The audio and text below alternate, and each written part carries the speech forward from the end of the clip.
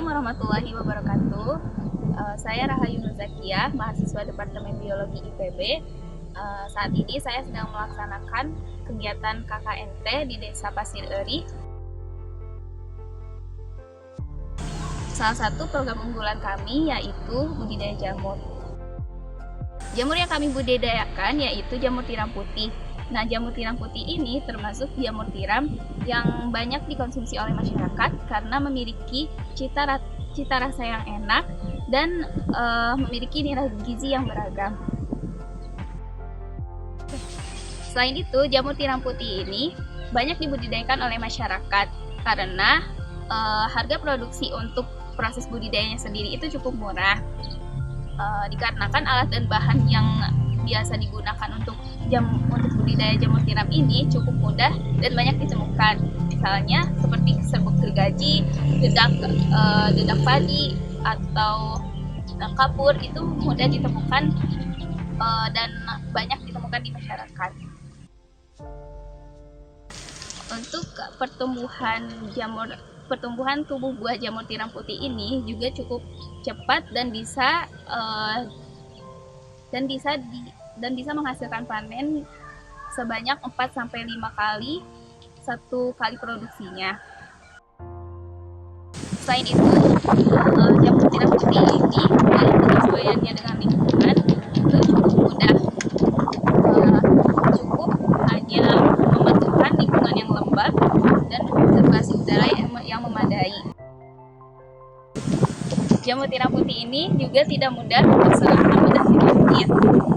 Jadi cukup dalam prosesnya itu dilakukan dalam keadaan steril.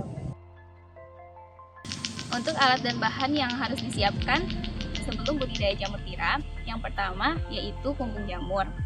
Yang kedua yaitu rak untuk menyimpan backlog di kumbung jamur.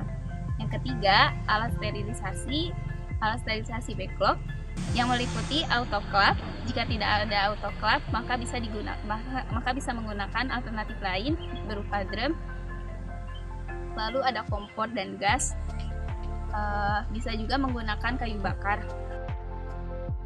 Selanjutnya ada alat untuk inokulasi, yaitu ada spiritus, terus spatula lem, kemudian ada bibit jamur tiram. Bibit jamur tiramnya biasanya yang digunakan yaitu bibit jamur tiram F2. Selanjutnya untuk pembuatan backlog itu ada plastik yang berukuran 17x35 dengan ketebalan 0,5, jenisnya PP. Kemudian ada karet atau ring dan juga bisa menggunakan kapas. Nah, bahan yang digunakan untuk membuat backlog itu sendiri yaitu ada serbuk gergaji, ada dedak, dan juga kapur. Hal pertama yang harus kita lakukan untuk budidaya jamur tiram yaitu menentukan lokasi usaha.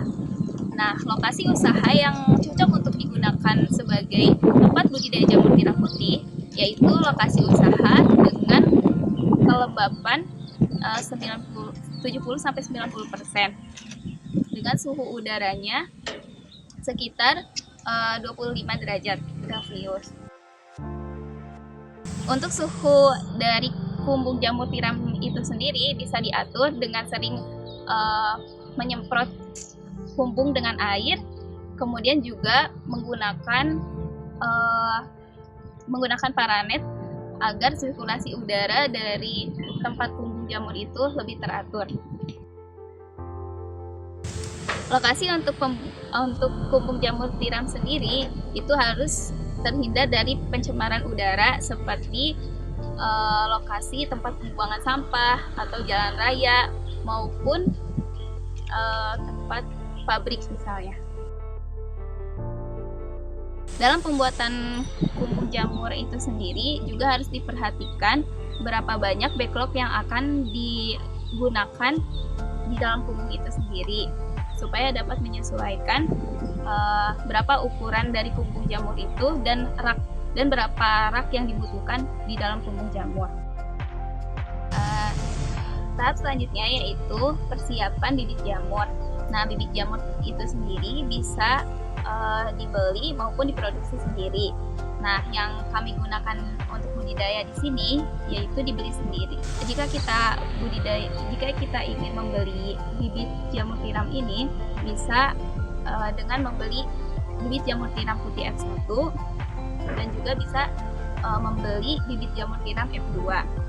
Nah, jika kita membeli bibit jamur tiram F1, maka harus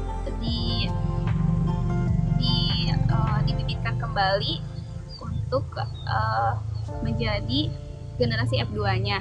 Nah, sedangkan jika kita membeli langsung bibit jamur F2-nya, itu bisa ditanam langsung di backlog yang sudah kita buat sendiri. Nah, untuk bibit jamur tiram yang diproduksi sendiri itu tahapannya cukup rumit, yang biasanya digunakan untuk skala besar. Jadi kita mengkulturkan sendiri jamur tiram putih itu sendiri, lalu membibitkannya dari mulai F1 sampai F2-nya. Nah, bibit jamur tiram yang baik digunakan memiliki kriteria diantaranya miselium tumbuh secara merata di dalam botol, tidak ada kontaminan jamur lainnya seperti terdapat warna coklat atau warna hitam ataupun warna hijau. Jadi botolnya itu sendiri terpenuhi dengan miselium berwarna putih. Untuk bibit jamur tiram putih itu sendiri ada masa kadaluarsanya. Masa kadaluarsanya itu sekitar 4 minggu dari proses penanaman jamur ke dalam botol. Hal yang harus diperhatikan selanjutnya yaitu serbuk gergaji yang digunakan. Nah, serbuk gergaji yang digunakan untuk budidaya jamur tiram putih ini biasanya memiliki kriteria diantaranya tidak bergetah, berwarna keputihan, tidak coklat atau tidak merah. Biasanya serbuk gergaji yang biasa digunakan yaitu jenis kayu sengon. Sedangkan yang harus dihindari yaitu serbuk gergaji yang berasal dari kayu jati, kayu pinus itu harus dihindari. Nah, setelah kumbung jamur dan alat bahan telah disiapkan, proses pertama yaitu pembuatan backlog. Nah, untuk pembuatan backlog sendiri yang harus diperhatikan yaitu komposisi media yang akan digunakan.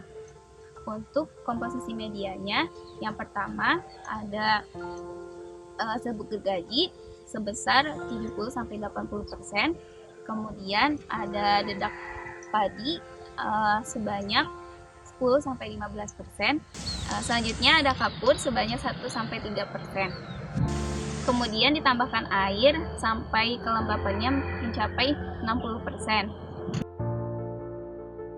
Bisa diukur dengan ketika memegang medianya, ketika dikepal medianya itu tidak berair dan juga tidak pecah-pecah. Nah, kemudian proses selanjutnya yaitu mencampurkan media serbuk gergaji dan kapur terlebih dahulu. Kapur yang akan digunakan sebaiknya dilarutkan terlebih dahulu dengan air supaya bisa tercampur secara merata dengan serbuk gergaji. Nah, untuk pencampuran serbuk gergaji dan kapur itu sendiri dilakukan 2 hari sebelum membuat backlog. Kemudian setelah serbuk gergaji dan kapur yang telah didiamkan selama 2-3 hari itu dicampurkan dengan dedak padi, lalu ditambahkan air. Kemudian setelah itu backlog yang sudah tercampur rata dimasukkan ke dalam plastik yang berukuran 17x35, ketebalannya 0,5 jenis PP. Setelah itu diikat dengan karet atau dengan tali rapia. Kemudian campuran media yang tadi itu dimasukkan ke dalam plastik lalu dipadatkan dan diikat dengan tali rapia ataupun karet. Setelah itu dimasukkan ke dalam drum untuk dikukus atau disterilisasi. Untuk proses pengukusannya itu berlangsung selama 8 jam. Untuk alat yang digunakan dalam pengukusan yaitu drum dan kompor semawat. Bisa juga dengan menggunakan kayu bakar. Nah, untuk selanjutnya ada proses inokulasi. Backlog yang sudah disterilisasi didiamkan terlebih dahulu selama 24 jam atau seharian sebelum digunakan untuk proses penanaman atau yang disebut dengan inokulasi. Nah, setelah backlog sudah didiamkan, sudah dalam keadaan tidak panas, kembali ke suhu optimalnya, dilakukan proses penanaman bibit jamur tiram F2. Nah, untuk proses penanaman inokulasi jamur tiram ini ada beberapa hal yang harus diperhatikan. Yang pertama yaitu kondisi dari pekerja atau yang akan meninokulasi jamur tiram putih itu sendiri harus dalam keadaan bersih, harus dalam keadaan steril, sehingga dianjurkan untuk pekerjanya terlebih dahulu mandi dan dilakukan ketika pagi hari.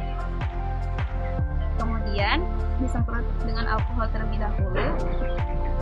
Lalu dalam proses inokulasinya, batang atau spatula untuk mengaduk bibit itu terlebih dahulu disemprot dengan alkohol, lalu dilewatkan di api menggunakan spiritus, menggunakan kuncen yang dalamnya ada spiritus.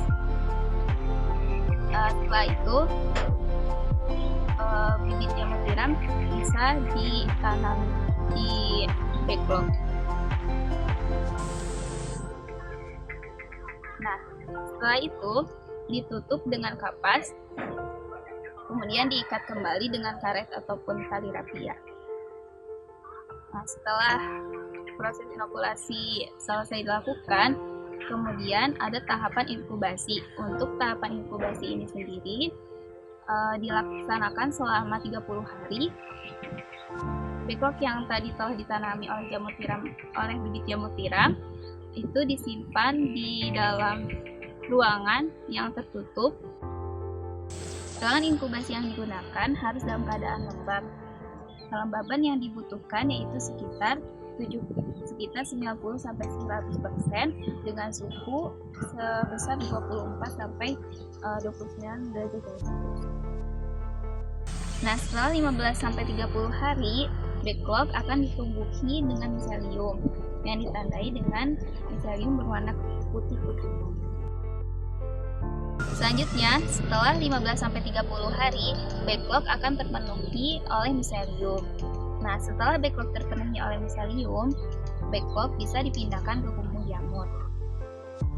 Ciri-ciri backlog yang tidak berhasil ditumbuhi oleh jamur yaitu diantaranya miselium tidak tumbuh memenuhi backlog, kemudian terdapat kontaminan jamur lainnya yang ditandai dengan backlog berwarna hijau atau coklat ataupun hitam.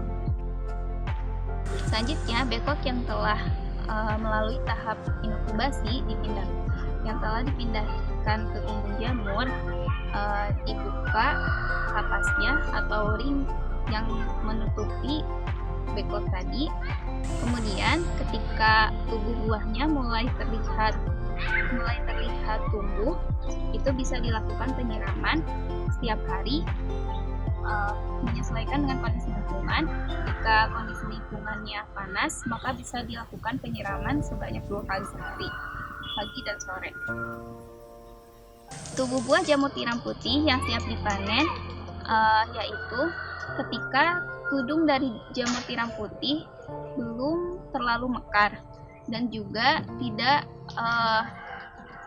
tubuh buahnya itu berwarna putih, tidak coklat. Nah, tujuannya supaya jamur tiram putih itu sendiri bisa awet selama 2 hari gitu dari proses setelah panen itu. Budidaya jamur tiram putih ini diharapkan dapat menarik minat masyarakat untuk membudidayakan jamur tiram baik dalam skala rumahan, skala kecil maupun skala besar. Selain itu, diharapkan juga dapat menjadi sumber ketahanan pangan masyarakat Desa Pasir Eri. Terima kasih. Wassalamualaikum warahmatullahi wabarakatuh.